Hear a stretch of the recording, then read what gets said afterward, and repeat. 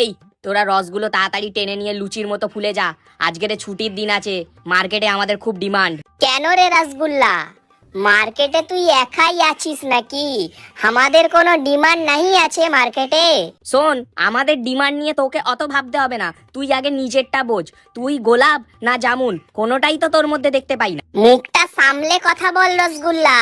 তুই বেশি বকিস না, বুঝলি তো? তুই যেমন ফান্তুয়াও তেমন, আর তোর সাইজটা একটু লম্বা করে দিলেই হয়ে যাবি ল্যাংচা। এই রসগোল্লা, কি বললি তুই? এটা কি বললি? একদম ওর সাথে আমাদের তুলনা করবি না। ও শালা পুরো একটা ভেজাল মাল, ওকে শুধু ময়দা দিয়ে বানায় আর আমাদের শুধু ছানা দিয়ে বানায়। এই তোমরা এত ঝামেলা করছো কেন? হ্যাঁ, এত ঝামেলা করছো কেন?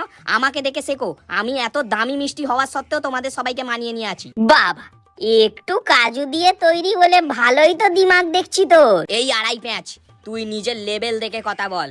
আর এখানে কি করছিস রে তুই? এখন কোথাও মেলা হচ্ছে না নাকি?